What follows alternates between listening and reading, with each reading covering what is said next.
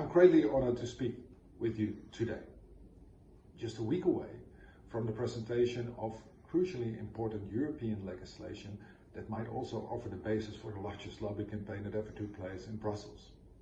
For the past 20 years, we have witnessed both in the United States and in the European Union the rise of new markets and businesses, all praised as innovators that help the world to connect.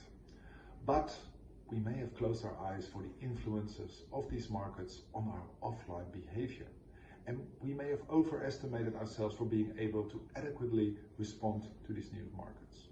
Some call it surveillance capitalism, other datification. I would rather call it economic domination. A few number of companies determine what subjects can see and do. By design, they are drafting their own sets of fundamental rules. We must act now to make sure that what's illegal offline should also be legal online too. Next week, Digital Services Act and Digital Markets Act will be a first giant leap to get there. But these efforts should be taken across the Atlantic Ocean and beyond. One of the most important ways to do so is by looking from an economic perspective.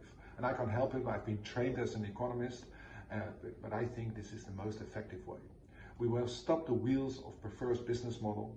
Facebook earns now 19.5% of its revenue via digital advertisement, Google 85%. Nobody can compete with them fairly since competitors don't own giant sets of personal data and nobody has so much money to acquire their competitors. That's why we need to work on a ban of personalized ads, which is behind the data hoarding. This will level the playing field by pushing for innovation and competition. As such, this helps to prevent the misuse of elections and foreign election interference, the spread of terrorist and racist content, and stops our children from being targeted with digital junk food. Secondly, we need to stop the rapid amplification of content by algorithms engineered to nudge us by evoking emotions. And thirdly, we need to make marketplaces and the internet safer for minors.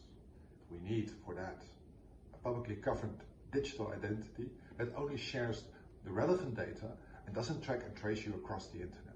But we also need age verification via the same identity. Now, some of these plans will be incorporated by the European Commission, but they can only achieve their goal if we impose them on both sides of the Atlantic. Thank you for your attention, and I wish you a pleasant meeting.